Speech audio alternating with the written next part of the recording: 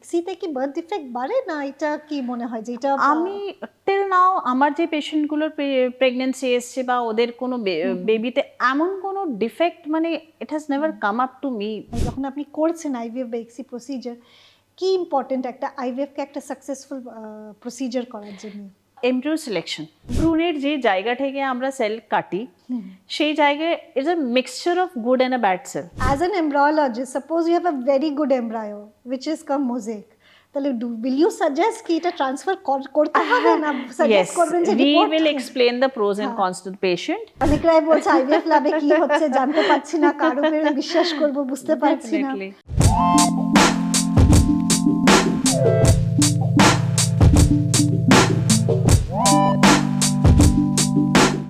নমস্কার, আমি ডক্টর প্রজ্ঞানিকা গুরুং আর ফিরে এসেছি দ্য ফার্টিলিটি পডকাস্ট নিয়ে। আজকের বিষয় হলো behind the scenes IVF lab. As a fertility specialist আমার এত বছরের অভিজ্ঞতাতে আমি এইটুকু বুঝে নিয়েছি যে একটা আইভিএফ সেন্টারের কিন্তু হার্ট হচ্ছে আইভিএফ ল্যাব। একটা আইভিএফ সেন্টারে কত সাকসেস রেটস কেমন করে রান করবে এটা ডিপেন্ড করছে একটা আইভিএফ ল্যাবের উপরে। আর আইভিএফ ল্যাবে কিন্তু আছে আমাদের এমব্রায়োলজিস্ট। তাহলে আজকে আমাদের সাথে রয়েছে একজন খুবই experienced embryologist, Zeba Ali Jahangir. Welcome to the fertility podcast. She is very experienced, owner more than 18 years of experience আছে এই এমব্রায়োলজি ফিল্ডে। উনি অনেক এমব্রায়োলজিস্টদের ট্রেন করেছেন, অনেক আইভিএফ ল্যাব সেট আপ করেছেন। ওনার স্পেশাল ইন্টারেস্ট আছে oocyte freezing, pre genetic testing আর এমব্রয় বায়োপসিতে। তাহলে চলুন আজকে ডিসকভার করি যে আইভিএফ ল্যাবে কি হচ্ছে behind the scenes Mrs Zeba Ali জাহাঙ্গীরের সাথে। Hello ma'am. Hello Zeba, again welcome to the fertility podcast. Thank you so much. আমি ভাবছি প্রথম প্রশ্নটা আপনাকে জিজ্ঞেস করি, like I know that you started some time in 2006, right. and আমিও 2006 এই আমার ক্যারিয়ার স্টার্ট করেছি, so we have that similarity, right. So what prompted you to be an embryologist, আর মানে ওই সময় কত কমন ছিল embryology as a field? That's a very good question because আমি এই ফিল্ডে বাই চান্স এসছি, not by choice. I completed my masters in biotechnology and then this thing was something very new. এটা একদম আমি জানতাম না এই ফিল্ডের সম্বন্ধে কিছু। আমাদের একটা চ্যাপ্টার ছিল সাবজেক্টে যেখানে আইভিএফ এ কিছুটা মেনশন ছিল, মানে খুব একটা না। আমি কলকাতায় যখন ফিরে এলাম তখন আমি দেখলাম যে এই আইভিএফ বলে একটা ব্যাপার আছে। সামহাও বাবার বন্ধু ছিলেন, he knew somebody in genome, Bhagirathi নিউটা, and he said there's a vacancy আছে for MSc Biotechnology. তো আপনার মেয়ে করে এসছে, আপনি কি একটু বলতে পারেন, তাহলে ও অ্যাপ্লাই করবে। And then I went there and that is how my journey began. So it was back in 2006 in Genome. Okay. Yeah. So that's great. And means as an embryologist, মানে would you just share with us যে আমাদের কাছে share করতে পারেন যে আপনার জার্নির important aspects and how do you feel as an embryology, because as you said যে এটা আপনার এটা চয়েস ছিল না, it came by chance. So at this point after so many years, as an embryologist আপনার ফিলিং কি আছে? See, right now I'm very happy. Today আমি যে জায়গায় আছি আমার খুব ভালো লাগে যখন আমি দেখি যে আমি কিছু করতে পারছি বা আমার উইথ মাই এক্সপিরিয়েন্স আমি পেশেন্টের একটা মানে হয় উসাইড বা স্পার্ম দেখে কিছু একটা সাজেস্ট করতে পারি, and then it comes out to be true and the patient gets pregnant. It is something very good to feel about. I did not join as an embryologist. Basically আমি যখন ঢুকেছিলাম তখন ওটা অ্যান্ডোলজিতে কাজ করতাম। I used to work as a seminologist. So that itself for me was little attention taking thing. I liked it. That time we used to do more of a IUI kind of thing. বেশি ওটাইতেই focus ছিল আমাদের। IVF খুব কম হতো তখন। So that was very nice because when I used to see that patients are getting pregnant with IUI. So that was the turning point that আমার ইন্টারেস্টটা আসতে শুরু করলো, and slowly I started reading about things, and তখন কোনো course এরকম available ছিল না। there was no course on embryology as such. একটাই জায়গায় ছিল চেন্নাইতে যেখানে বোভাইন উসাইটের উপর ওরা কাউ হাই মিল্কিং হাইব্রিড কাউয়ের উপরে ওরা স্টাডি করতো, and they used to do a small embryology part over there. Okay. So I applied there and I got a chance there to do in Chennai. I did that course. That was the first diploma course which I did into IVF of bovine oocytes. And slowly after that, many courses started coming up with different companies offering different courses, but none of them were like registered kind of thing where you can just have a certificate. So তখন আমাদের ফিল্ডে অনেক এমব্রয়োলজিস্ট ছিলেন যাদের as a certificate বলে কিছু ছিল না, but they use to learn work while doing the work. So that is how I also got the chance to stay in the laboratory and learn the work moreover. So seeing that oocyte in the plate and seeing the sperm, and then you see the first stage of the baby formation, that itself was so attractive যে আমার এত ভালো লাগতো যে let me see what happens. So slowly I moved ahead with that. আমি জিনোমে till 2012 কাজ করেছি. In 2012 I shifted to Nova. Okay. So there I used to work, and then there was some change into IVF field, where lots of studies started happening into it, and different companies. I think it was around 2012. In 2012, yes. Right? 2012. There was a sudden change আপনার embryology field. Yes, there was a Pulse hospital in Ahmedabad. They collaborated with Spain to get in Nova. So that was itself very good, because the way we used to interact and the way I used to speak to seniors over there, that itself was like I'm learning every day something new from them, what I have done. So that was a very good thing for me to move over and stick to Nova. In Nova, they carried special courses in Valencia for their... So where you have been trained, right? Spain, yes. EV's Valencia. So that is how I got my complete training in biotechnology of human embryology, which was there in Valencia. So I completed there, and then day-to-day changes happening, and we developed. The more we handle, see, two things were going parallelly. One, আমি একটা আমার course করলাম যেখানে আমার অনেকটা confidence এলো, অনেক জিনিস জানতে পারলাম, because there were no such course যেটা আমি শিখে এটা করতে পারবো. And secondly, I had a good guide from there, and I was seeing the oocytes more. The more you see the gametes, যত oocyte দেখবো বা যত sperm দেখবো, তত different variety of gamete and gametes problem আমি দেখছি. So সেটা দেখতে দেখতে slowly experience-টা হলো যে আমি actually sperm দেখে কিছু বুঝতে পারছি, বা oocyte দেখে আমি কিছু বুঝতে পারছি. So basically মানে যে IVF এর evolve হয়েছিল 2000, মানে obviously before 2006 অনেক, কিন্তু I think there was a major change 2006 to 2010 এর পরে, যেটা মানে আমাদের যে vitrification techniques আসলো সেইটা. And you have been lucky to see the old part also, I feel. Yes. And the new techniques also, the newer advancements আসছে. IVF তো অনেক advance করছে. So that has added to your experience, I feel.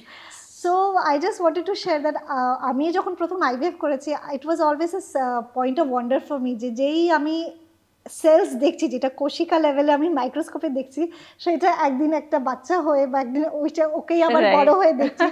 So there is always a sense of wonder I feel in your work, in embryology work, right? Yeah. Something which was very interesting was vitrification for me, because you're freezing a live baby.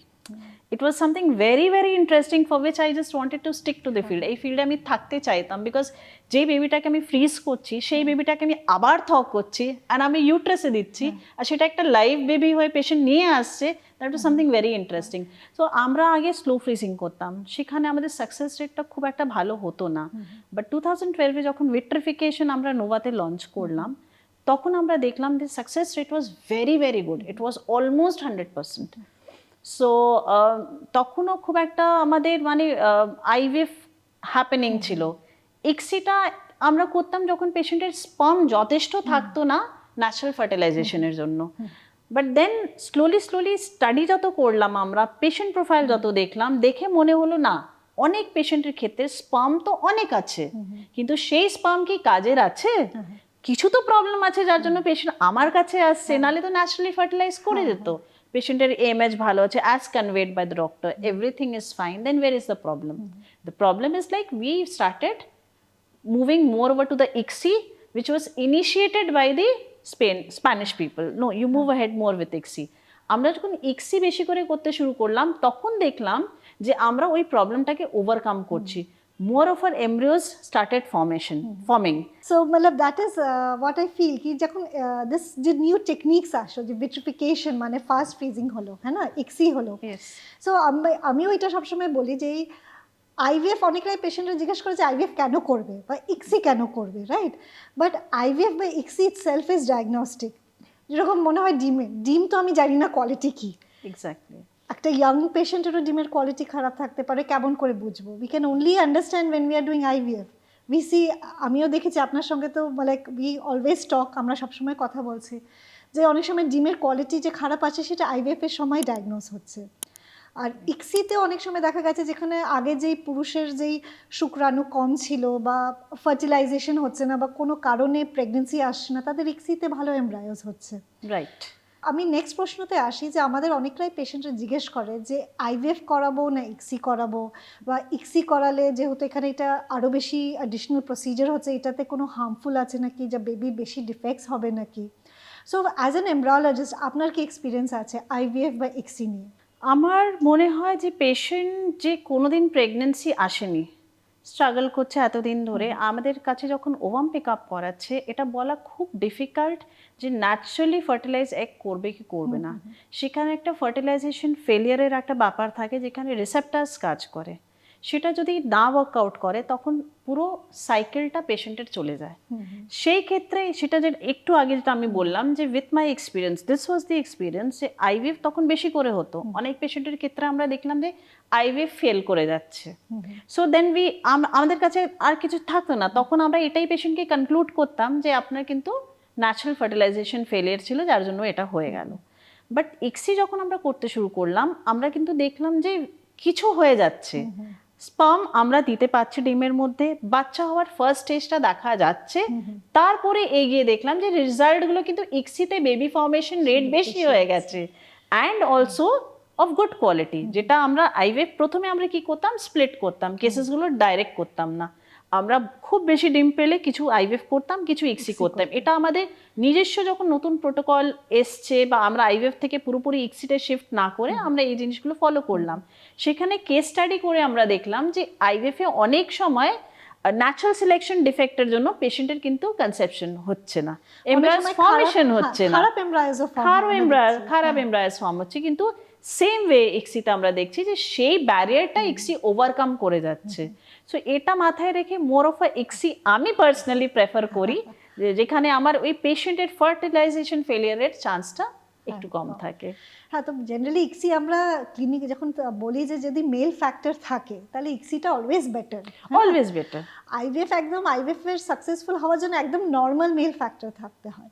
কিন্তু আজকাল যেটা দেখা গেছে যে পুরুষ সম্বন্ধীয় বন্ধ্যাত্ব এত বেড়ে গেছে, মানে মেল ফ্যাক্টর ইনফার্টিলিটি এত বেড়ে গেছে, তো মেবি ইক্সি ইজ বেটার। আর এটাও দেখছি যে আমাদের ল্যাবেও আমরা বেশিরভাগই ইক্সি করি।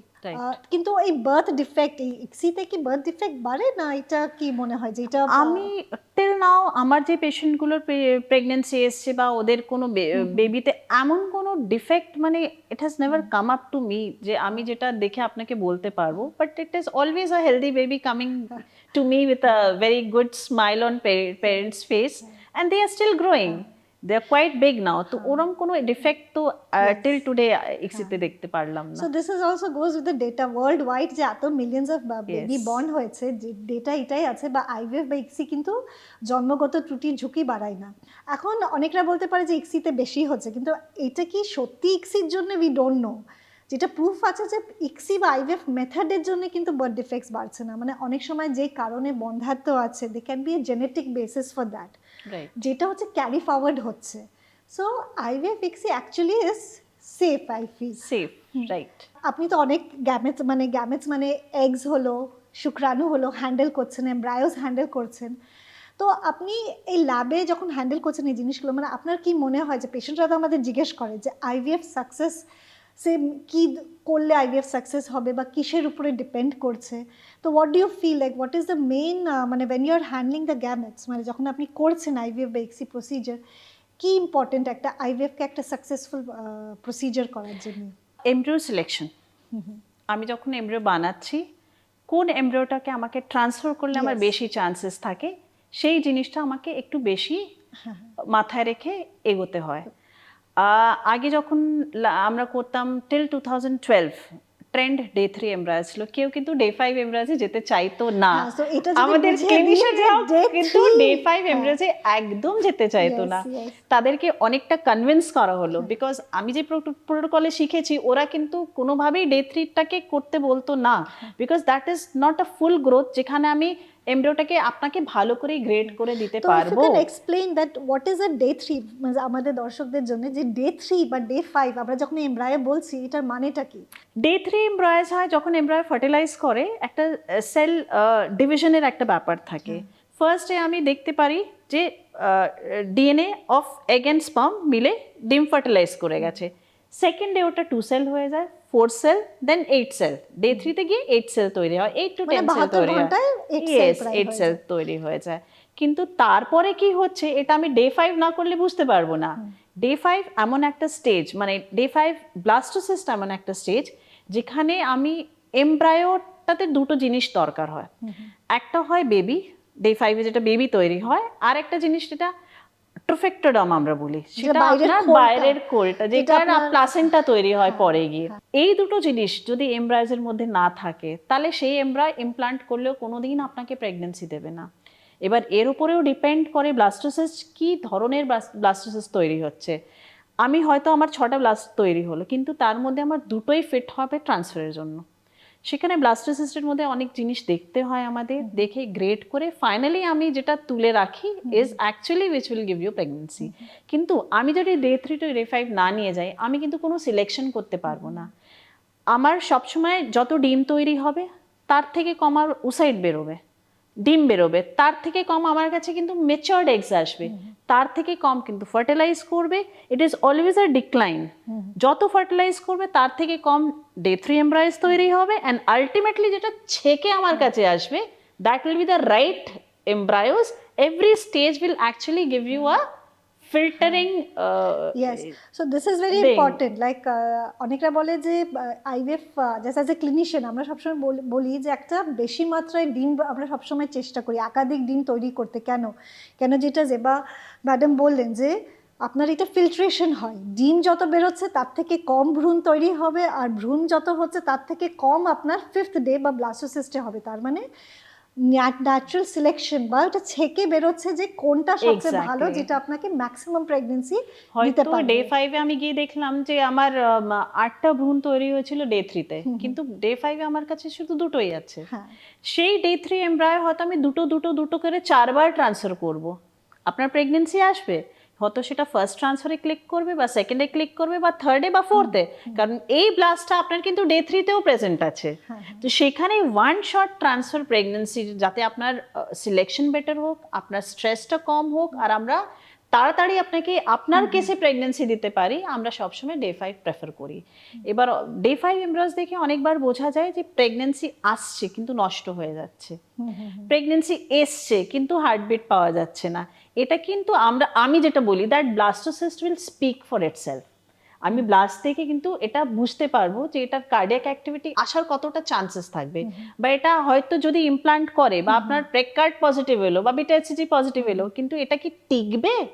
আমার কিন্তু ওই জিনিসটা একটা থাকে আমার মধ্যে, যেটা আমি সবসময় আপনাকে কনভে করি কি এটা হতে পারে, এটা হয়তো প্রেগন্যান্সি আপনাকে দিয়ে দেবে, কিন্তু এটা না টেকার বেশি চান্সেস আছে। বেসিক্যালি গ্রেডেশন অফ এমব্রায়োস, যেটা ভ্রূণের আকার, গঠন আর সেলস নাম্বার, এগুলো দেখে যেটা আপনি করছেন, মানে দ্যাট ইজ ভেরি ইম্পর্টেন্ট কি প্রেগন্যান্সি আসবে কি আসবে না, আর প্রেগন্যান্সি হলে সেটা ঠিকভাবে এগোবে কি এগোবে না। তো এই যে ব্লাস্টোসিস্ট হচ্ছে, মানে আমি অনেক সময় আমরা যখন ল্যাবে কথা বলি, যখন ওই স্পার্ম কোয়ালিটি খুব পুয়ার থাকে বা মনে হচ্ছে খুব খুঁজে 3-4টে শুক্রাণু পাওয়া যাচ্ছে, so we always have a debate যে ডে 3 তে ট্রান্সফার করব না day 5 A. So you always say যে no, we have to do a day 5 if the sperm factor is poor. Yes. So why do you say that? See, what I have studied, বা যেটা আমাদের subject আমাদেরকে বুঝিয়েছে এতদিনে, বা আমরা by experience শিখেছি, বোঝা থেকে পড়া থেকে বেশি যেটা আমরা প্র্যাকটিক্যালি ল্যাবে দেখেছি, যদি স্পার্ম ফ্যাক্টর আপনার থাকে তাহলে ব্লাস্টোসিস্ট ডে 3 to ডে 5 ভ্রূণ যাওয়াটা একটা চ্যালেঞ্জ হয়ে যায়। It's a very big challenge. That is a very important day, যেখানে অ্যাকচুয়ালি আমরা দেখতে পারি, দেখুন স্পার্ম দেখতে নর্মাল আছে, তার মানে যে ওটা নর্মাল আছে সেটার কোনো গ্যারান্টি নেই, ঠিক আছে? স্পার্ম মুভ করছে, কিন্তু সেই স্পার্মটা কি ভাইটাল আছে, মানে সেই স্পার্মটা কি জ্যান্ত আছে, সেটাও is a very big question. So এটা যেটা হয় যে আমরা একটা স্পার্মকে কোনোভাবে টেস্ট করতে পারবো না যে এটা জ্যান্ত আছে না এটার মধ্যে ভালো ডিএনএ আছে, এটা আমি কোনোভাবেই দেখতে পারবো না। অ্যাকর্ডিং টু সাবজেক্ট যেটা আমাদেরকে বোঝানো হয়েছে যে কিভাবে আমি স্পার্ম সিলেক্ট করব, সেটা আমি সিলেক্ট করে ডিমের মধ্যে দিই, সেইভাবে ভ্রূণটা এগিয়ে যায় step step step, and then I selected normally at last. তো আমি এটাও সবসময় বলি যে ক্লিনিশিয়ানের যেটা মেইন, মানে আমাদের যে আইভিএফ স্পেশালিস্ট, আমাদের মেইন হচ্ছে কাজ কিন্তু একটা ভালো ডিম তৈরি করা, একটা ভালো স্টিমুলেশন প্রোটোকল, ইনজেকশনস দিয়ে ভালো ডিম। কিন্তু যেটা জেবা ম্যাডাম বললেন, দুটো ইম্পর্টেন্ট জিনিস, একটা তো এমব্রায়ো সিলেকশন উনি বললেন, কিন্তু অজান্তেও আরেকটা ইম্পর্টেন্ট জিনিস বলে দিলেন, সেটা হচ্ছে স্পার্ম সিলেকশন। স্পার্ম সিলেকশন কিন্তু খুব important, and always that is not mine, it is her dialogue only, which I'm just repeating, that a good embryologist is always first a good andrologist. Yes, right. Sperm selection যদি ভালো হয় তাহলে, আর ডিমও যদি ঠিক থাকে তাহলে ডেফিনেটলি ভালো এমব্রায়োস তৈরি হবে। So you see in the lab, এটা অনেক সূক্ষ্ম কাজ, কিন্তু এটা আমরা শুক্রাণু ডিম এরকম করে বলছি, কিন্তু আপনাদের বুঝতে হবে যে এটা সবসময় নিচে মাইক্রোস্কোপে দেখা হচ্ছে, একটা অ্যাসেসমেন্ট হচ্ছে, এটা একদম স্কিলফুল কাজ, and it requires a lot of skill, a lot of experience to understand যে কোন এমব্রায়ো দেবে ভালো প্রেগনেন্সি দেবে আর কোন এমব্রায়ো ভালো প্রেগনেন্সি দেবে না। রাইট।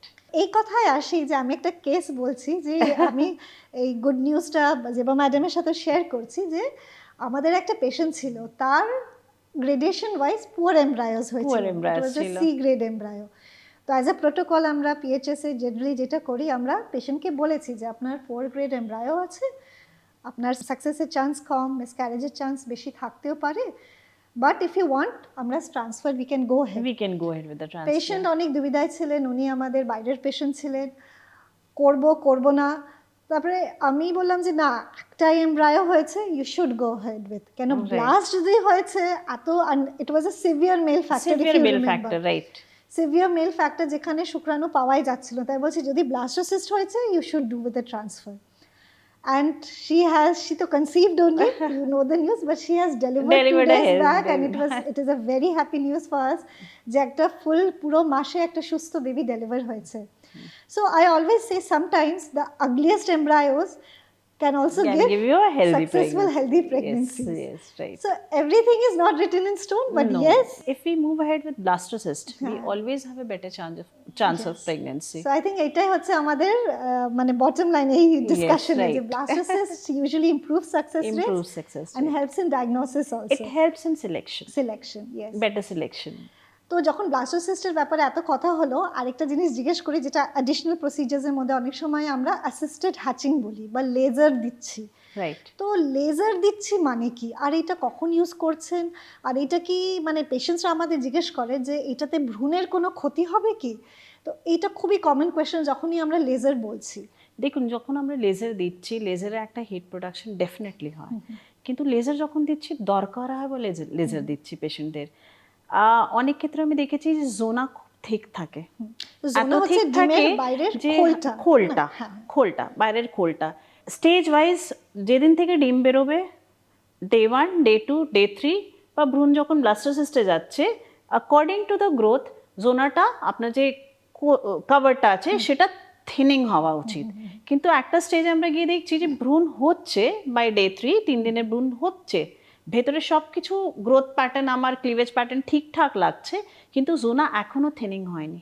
সেই ক্ষেত্রে একটা ব্যাপার হয় যে ওটা হয়তো ডে 5-এ আমার জোনা প্রবলেমের জন্য কোনো exchange problem with the media মানে যেখানে আমরা এমব্রিওস দিয়ে রাখি ফর নিউট্রিয়েন্ট এক্সচেঞ্জ, কোনো প্রবলেম যেন না হয়ে যায়, তখন আমরা একটা ছোট্ট লেজার শট দিয়ে দিই, মানে জোনাটাকে নিক করে দিই। জোনা এমনি তো বাইরে পড়ে থাকে, যখন ভ্রূণ তৈরি হয়ে যায়, ভ্রূণ ফেটে বেরিয়ে ইমপ্লান্ট করে, জোনা ইজ আউটার কভারে যেটা পড়ে থাকে, তো জোনাতে গিয়ে আমরা একটা নিক দিয়ে দিই বা জোনা থিনিং করে দিই, যদি এটা মোটা থাকে তাহলে লেজার থেকে একটু আমরা কেটে দিই। তো সেটা অনেক ক্ষেত্রে দেখেছি that it is very helpful for the patient, যেখানে পেশেন্ট প্রেগনেন্টও হয়েছে। আমার যদি এটা একটা রিজন থাকতে পারে না প্রেগনেন্ট হওয়ার, না এটাই আমি আসছি। আমার একটা পেশেন্ট ছিল যার আপনার ব্লাস্টোসিস্ট তৈরি হয়েছে, very good blastocyst, and patient has no problem, ডিম ভালো ছিল, স্পাম ভালো ছিল, পেশেন্টের প্রিভিয়াস ক্লিনিকে গুড ব্লাস্টোসিস্ট গ্রেড হয়েছে, সব কিছু হয়েছে, কোনো রিজন পাওয়া যাচ্ছিল না। সেই কেসটা থ্রু মাই ক্লিনিশিয়ান আমার কাছে এলো, আমিও ডে 5-এ দেখলাম, কিন্তু অনলি প্রবলেম যেটা আমি দেখলাম, দ্য জোনার থিকনেস যেটা ছিল, ও সাইডে যেটা ছিল, সেটা গিয়ে ব্লাস্টোসিস্টে সেম থিকনেস মেনটেন মানে এটা করছে, থিন হয়নি, পাতলা থিনিং হয়নি, হয়নি, হ্যাঁ, পাতলা হয়নি। পাতলা না হলে ভ্রূণটা ফেটে বাইরে বেরোতে পারবে না। হয়তো ভ্রূণ ফাটার চেষ্টা করছে, এক্সপ্যান্ড করছে, বাট কোনোভাবেই জোনাটাকে ট্র্যাপ হয়ে আছে। তো আমি সেই পেশেন্টকে, ডক্টরকে কনভিন্স করে আমি একটা লেজার দিলাম, and the patient concept with twins. That was the time when we, and after that many patients we have seen that laser তো আমাদের অনেক পরে এসেছিল, বিকজ আগে তো back in 2010-12 লেজার এত হ্যাপনিং ছিল না, তারপরে লেজার ট্রেন্ডে এসছে। তো with usage of laser we have also evolved where all we can use laser.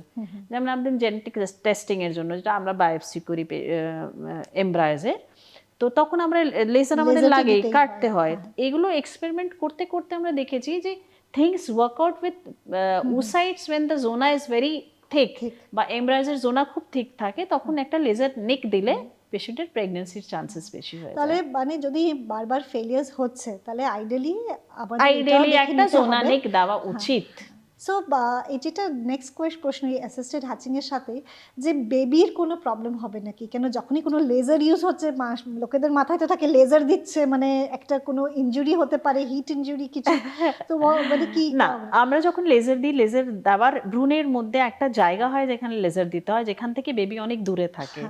তো হিট যখন ছড়িয়ে যায় সেটা বেবি থেকে অনেক দূরে থাকে, সেই হিটের কোনো ইফেক্ট বেবি পর্যন্ত আসে না। আমরা ভ্রূণের মধ্যে একটা আইসিএম বলে ব্যাপার হয়, সেটা অ্যাকচুয়ালি বেবি তৈরি হয়, বাকিগুলো আপনার প্লাসেন্টাল সেলস আছে। তো সেখানে লেজার না, সেখানে আমরা একটু কেটে দিলেও ভ্রূণের কোনো ক্ষতি হয় না, যেটা আমরা আমার মনে হয় বায়োপসি করি।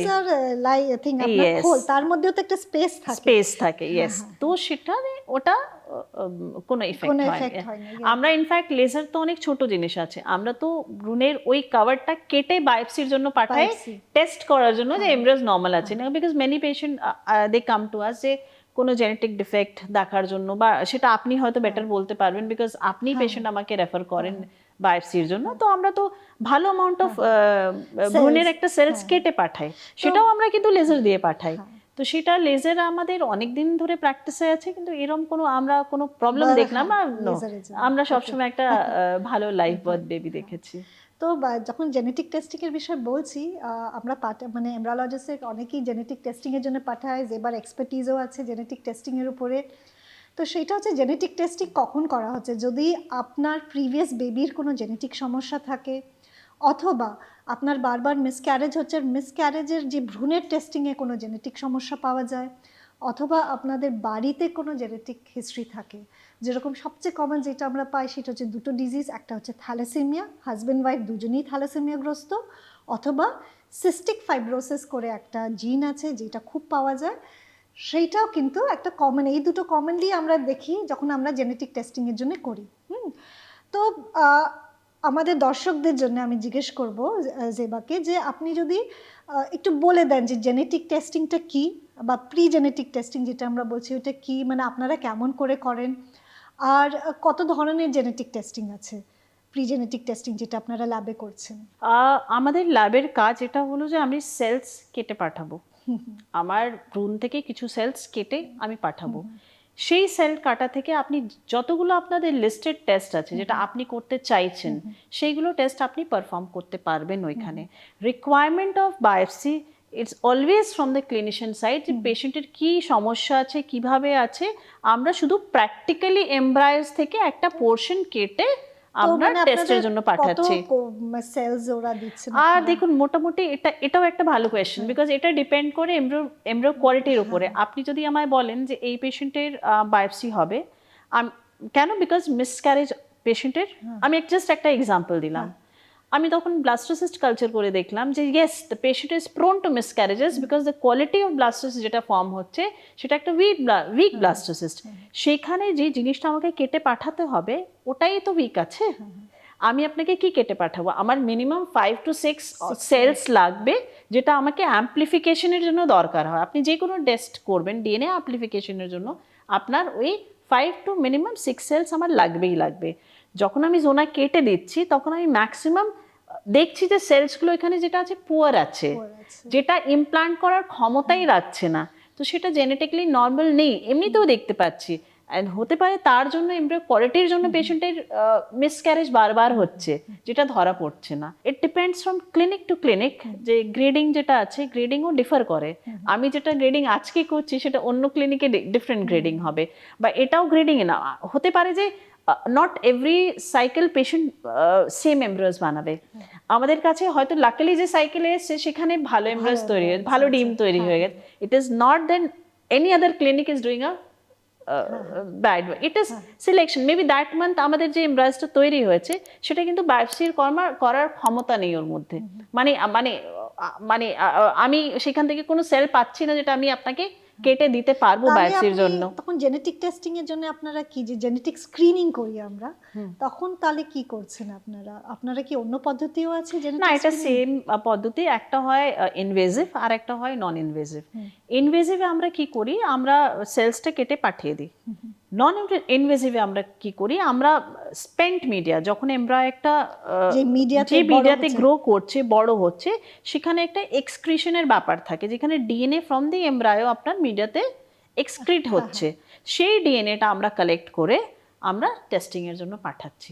সো এটা যেটা হলো এটা নন ইনভেসিভ। আমরা সবসময় যেটা আমি আপনাকেও বলে থাকি, ma'am please go for NIPGS, we should not touch the, because embryo itself weak আছে। আমার এমব্রিও ইমপ্লান্ট করার জন্য মিনিমাম অ্যামাউন্ট অফ একটা সেল নাম্বার লাগে যেটা প্লাসেন্টা ফর্ম করবে।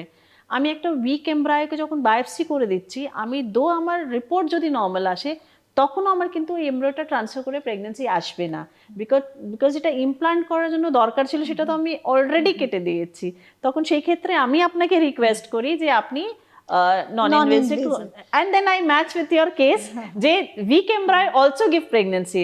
Why harm it? We might get a good pregnancy. যদি embryo quality ভালো থাকে, আমরা যদি জেনেটিক স্ক্রিনিং এর জন্য করছি, তাহলে আমাদের কাছে অপশন আছে যে we can do a biopsy or we can always do a non-invasive, যেখানে আমরা যে মিডিয়া যে এমব্রায়ো যে ভ্রূণ যে মিডিয়াতে গ্রো করছে সেইটা আমরা টেস্টিং এর জন্য পাঠাচ্ছি। কিন্তু যদি আমাদের কোনো ডিজিজ ডায়াগনোসিস করতে হয়, স্পেসিফিক ডিজিজ যেরকম থ্যালাসেমিয়া হলো বা হলো, সেটাতে তো আমাদের বায়োপসি করতেই হবে। দ্যাট ইজ আ মাস্ট, সেখানে নন ইনভেসিভ কাজ করবে না। তো একটা জায়গায় আমি খুব ইন্টারেস্টিং পড়েছিলাম যে এই টেস্টিংটাকে ওরা ফুটবলের সাথে কম্পেয়ার করেছে। ফুটবল যেরকম কালো সাদা আছে, আমরা যখন বায়োপসি নিচ্ছি আমরা হয়তো কালোটার থেকে নিচ্ছি, সাদাটার থেকে নিচ্ছি না, তাহলে বায়োপসি রং আসতে পারে।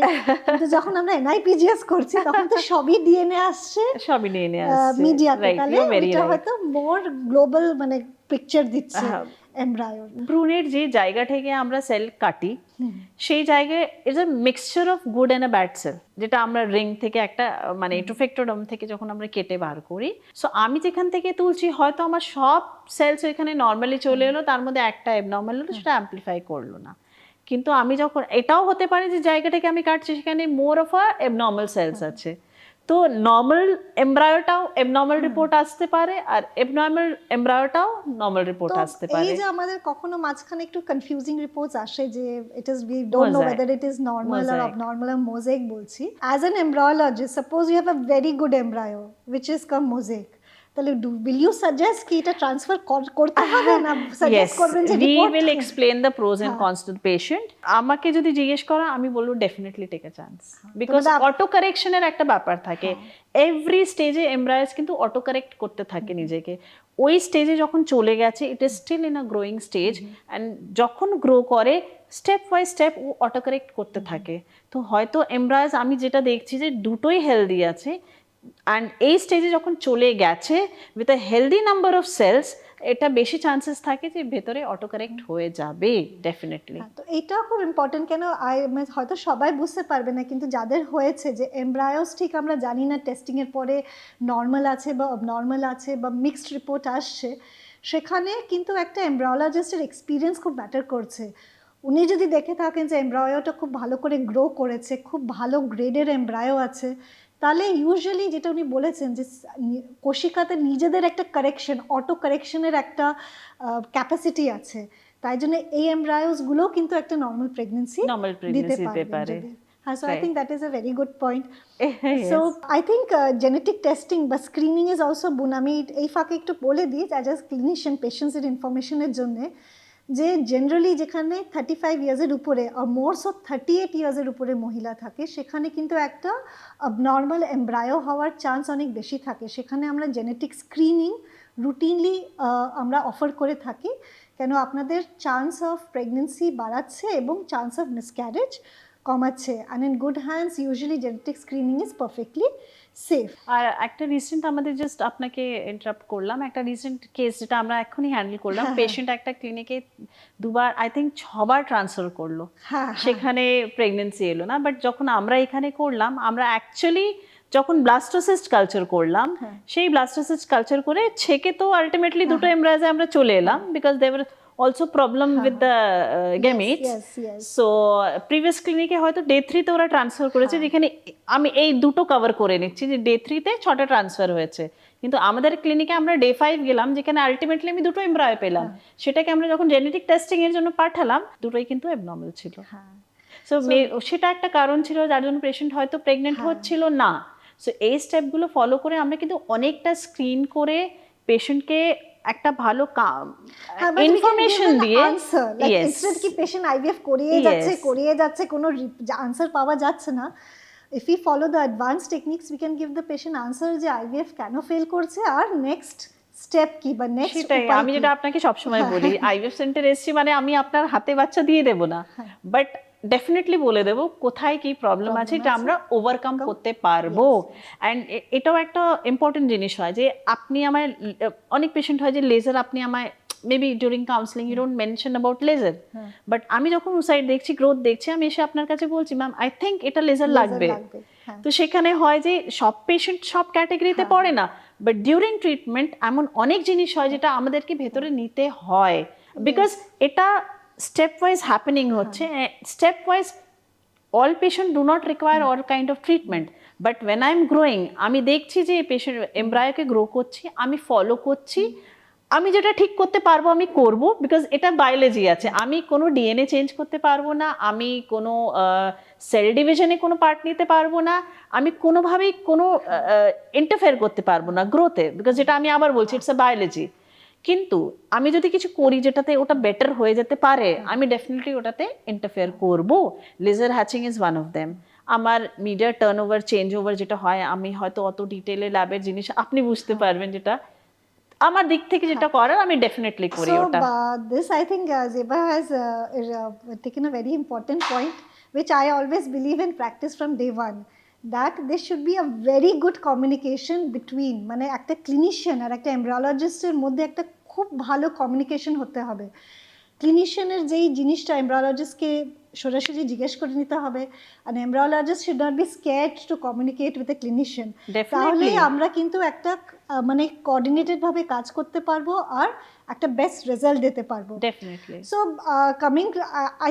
Coming to the next question which is a bit related, যে অনেক সময় মানে আজকাল তো আইভিএফ এর, যখন আইভিএফ এর বিষয়ে অনেক ব্যাড পাবলিসিটিও আছে, অনেকরাই বলছে আইভিএফ ল্যাবে কি হচ্ছে জানতে পারছি না, কার উপরে বিশ্বাস করবো বুঝতে পারছি না। তো আইভিএফ ল্যাবে যে আপনারা যে এমব্রায়োস হ্যান্ডেল করছেন বা স্পার্ম এগস হ্যান্ডেল করছেন একটা পেশেন্টের, I think it is very important for the patients to know that আমরা কেমন করে মেনটেন করছি যে আইডেন্টিটি, দ্যাট এই একটা এই পেশেন্টেরই, এই স্পার্মটা এই পেশেন্টেরই, এই এমব্রায়ো এই পেশেন্টেরই, মানে এই জিনিস যে মেনটেন হচ্ছে ল্যাবে, মানে এটা কতটা ইম্পর্টেন্ট আর আপনারা কেমন করে করছেন এটা ল্যাবে? ইট ইজ সামথিং যেটা মাথায় ডেফিনেটলি পেশেন্টের ঘোরে, যে এই ল্যাবে ঢুকবে না, যে জানবে না, সে কোনোদিন বুঝতে পারবে না। বাট আমাদের ডেফিনেটলি রেসপন্সিবিলিটি যে পেশেন্টকে বলে দেওয়া যে কিভাবে এটা আমরা করছি। আমরা একটা কাপলের কাজ একবারে করি, যেখানে আমাদের ডাবল উইটনেসিং থাকে, ইট ইজ আমার সাথে যে অ্যাসিস্ট করছে সে থাকে অ্যান্ড আরেকজন থাকে, it is a triple layer of witnessing, যেটা পার করে আমরা একটা ওয়ার্ক স্টেশনে কাজ করছি, যেখানে পেশেন্টের আইডেন্টিফিকেশন মার্ক করে একটা স্টেপ হয় পরপর করে, আর ইনকিউবেটরে ওদের লোকেশন ফিক্সড থাকে যে এই লোকেশনে এই পেশেন্ট হ্যান্ডেল হচ্ছে। So it's a double triple witnessing which happens and it is always in presence of a witness.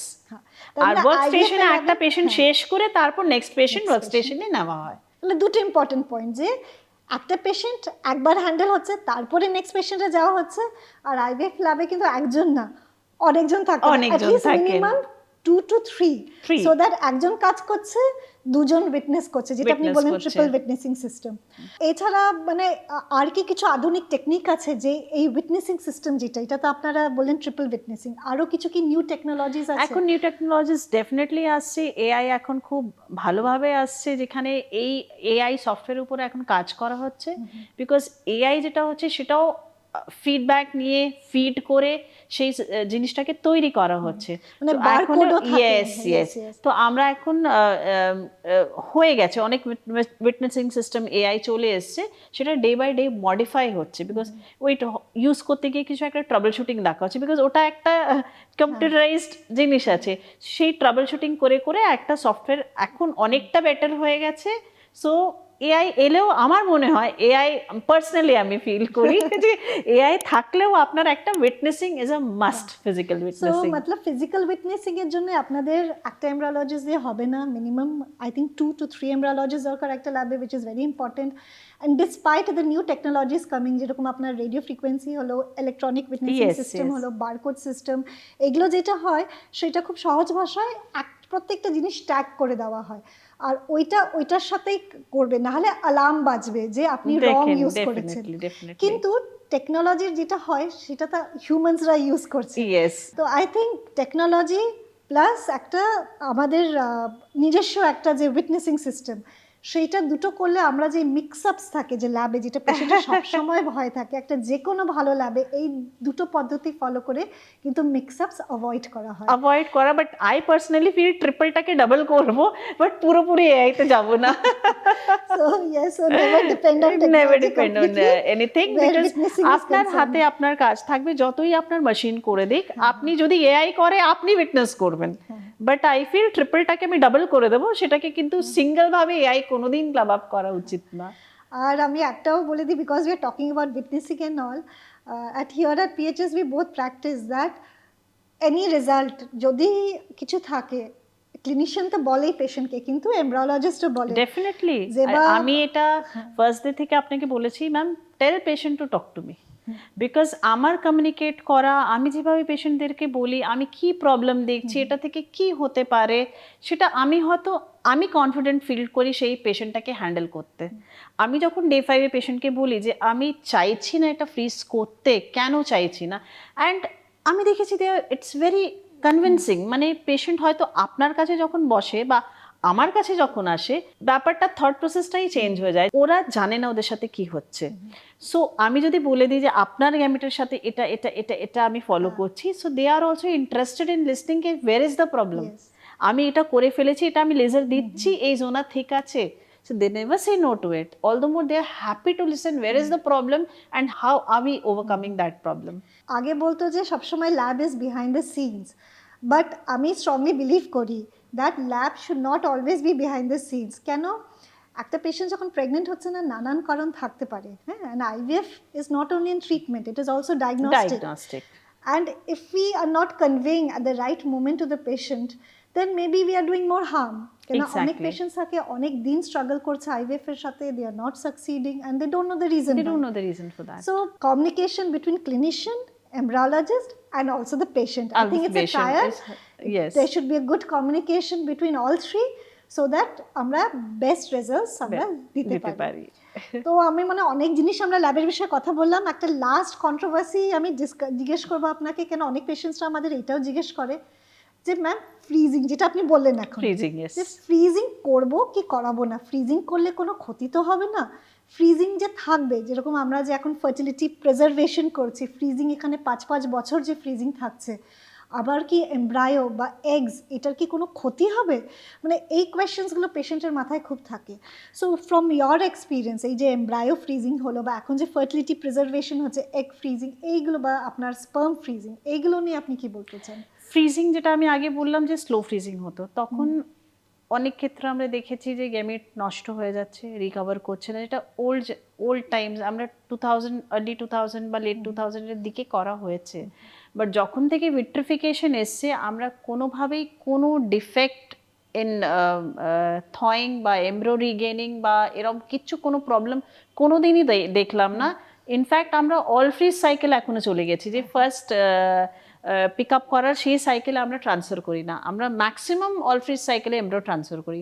Frozen baby আমরা এতদিন ধরে, বাচ্চারা এখন বড় হয়ে গেছে, কোনো পেশেন্টের সাথে ভালো রিলেশন আছে যেখানে বাচ্চাটাকে বড় দেখি, ইনফ্যাক্ট হাঁটছে, চলছে, খেলছে, 2, 3, 4 বাচ্চা বড় হয়ে গেছে, ওরকম কিছু দেখা হয়নি। দোজ আর vitrified embryos যেটা বর্ন হয়েছে।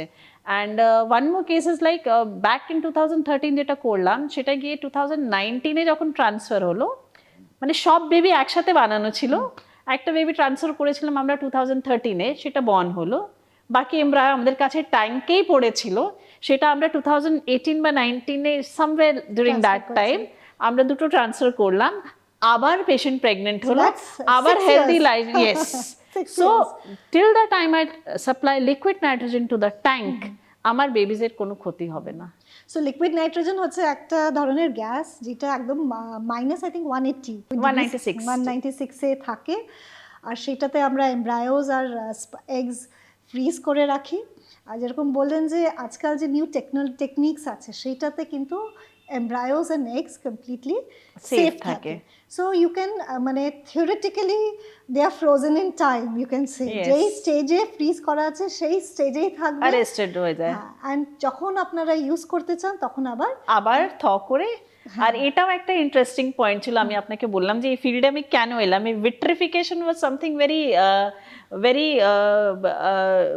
good for me to understand, seeing an embryo যেখানে আমি এমব্রায়োটাকে ট্যাঙ্কে দিয়ে দিচ্ছি, তারপর আমি বার করছি, it was something very which I liked, আমার খুব ভালো লাগলো। সো এটাও একটা মানে ইন্টারেস্টিং জিনিস ছিল যেটা আমার ভালো লাগতো করতে, that it is giving me happiness to see patients getting pregnant. I agree with you in this, that IVF এর প্রতি পেশেন্টের মাথায় যেটাই থাকুক, as a clinician, as an embryologist, আমাদের কিন্তু সবসময় একটা সেন্স অফ ওয়ান্ডার থাকে যে যেই জিনিসগুলো আমরা দেখছি যেটা সেলুলার স্টেজে, সেটা একদিন হাঁটছে, চলছে। I cannot explain that it is so after so many years also it is still very কি বলবো, and interesting we for us. had patients where one oocyte, we have seen patients with one oocyte, one ICSI যেটা আমি দেখছি, one sperm, one ICSI, one embryo, one blastocyst and one happy baby running around. সেটাও আমরা দেখেছি। তো ক্লিকটা করতে হবে যে একটা স্পার্ম একটা এগ, এই আইভিএফ এ আমার মনে হয় and ওই একটা বেবিকে ওই স্টেজ থেকে, মানে oocyte স্টেজ থেকে দেখা, ওর ICSI দেখা, সেটাকে আবার ফ্রিজ করে, থ করে, ট্রান্সফার করে, and then you see a live baby, it's actually happiness. So freezing also, when we started, slow freezing ছিল, so success rates were very poor, 20-30%, very poor.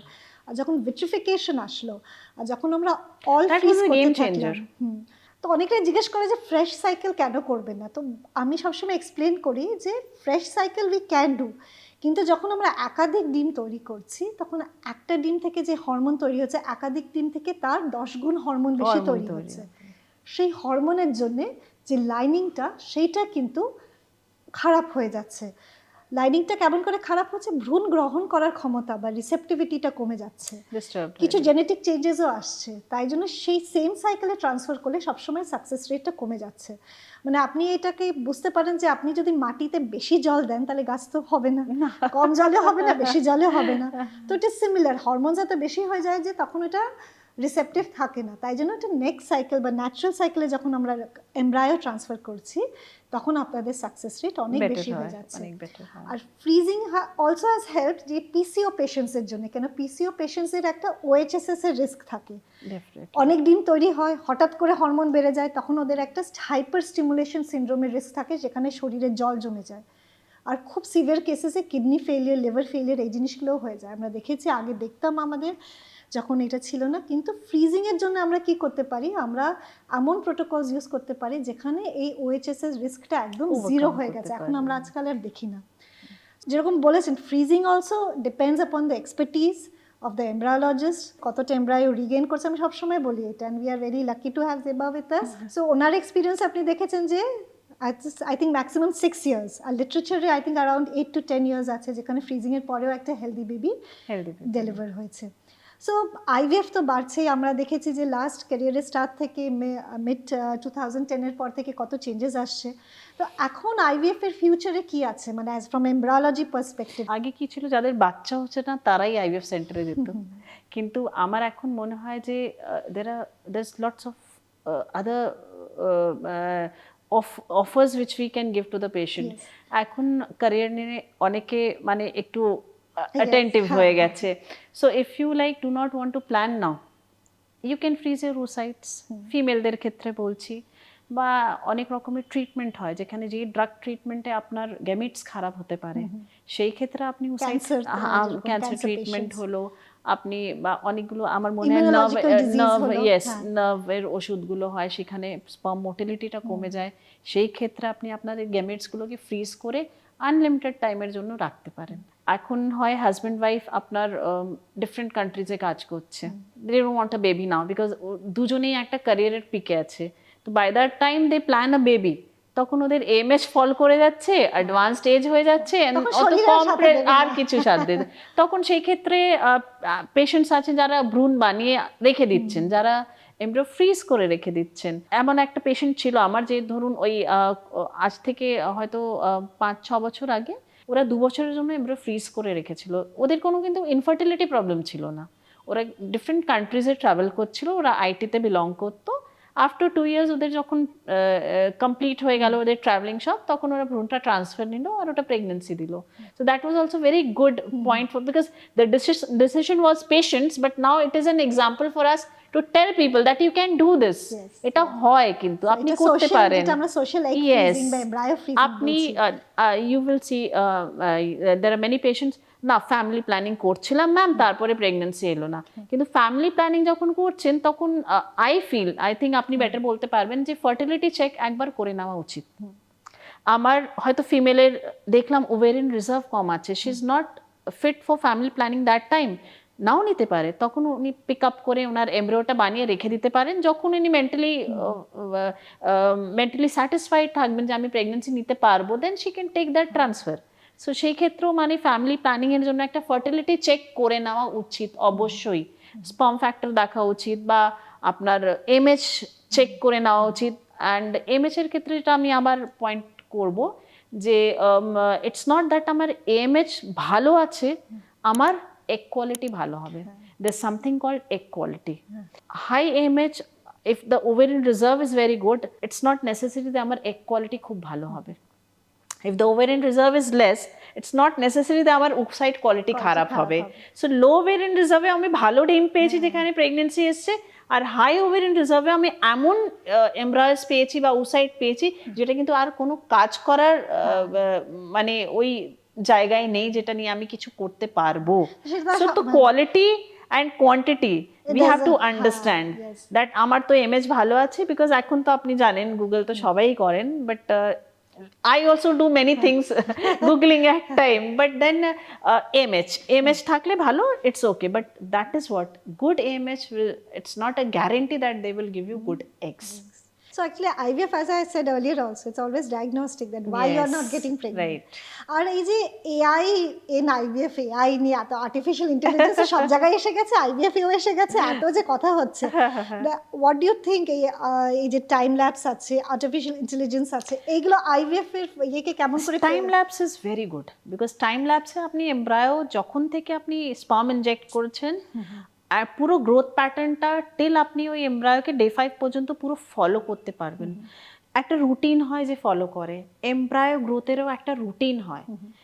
আমি যদি দেখি যে এমব্রায়ো একটা গ্রো করছে কিন্তু রুটিন না ফলো করে ডে 5-এ চলে গেছে, আর আমি সেকেন্ড এমব্রায়ো দেখছি যে গ্রো করছে রুটিন ফলো করে করে করে এখানে ব্লাস্টোসিস্টে এসছে, কিন্তু quality of the previous one is better than the quality of the second one, but if I transfer আমাকে কিন্তু second one has a higher chances of implantation rather than the compare to the first one.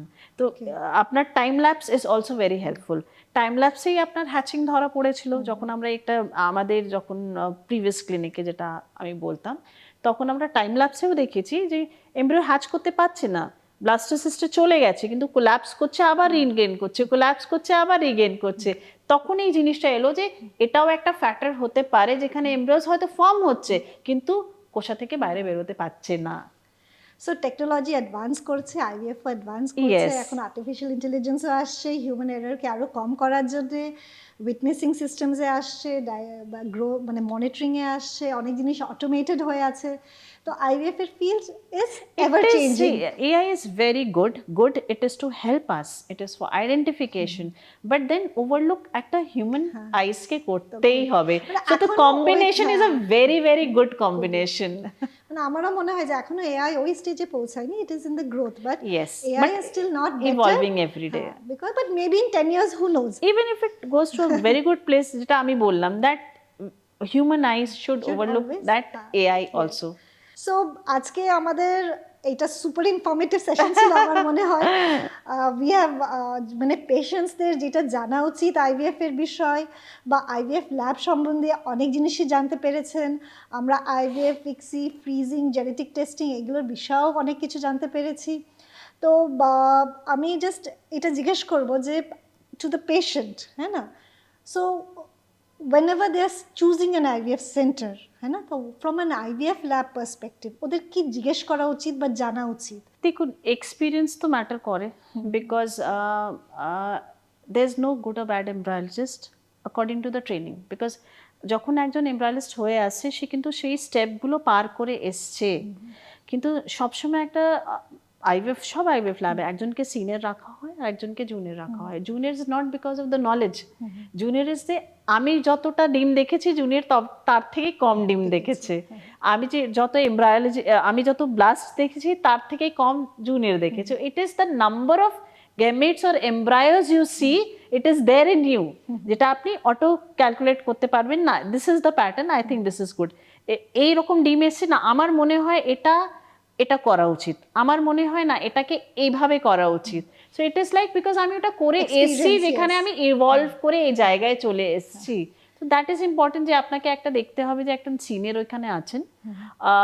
আর একটা জিনিস, আপনার quality of the laboratory, instruments ভালো হবে, আপনার air handling unit is a must. এখানে VOC বলে অনেক ব্যাপার থাকে, যেটা হয়তো নাকে আপনি এয়ার কোয়ালিটি আছে, সেই এয়ার কোয়ালিটি।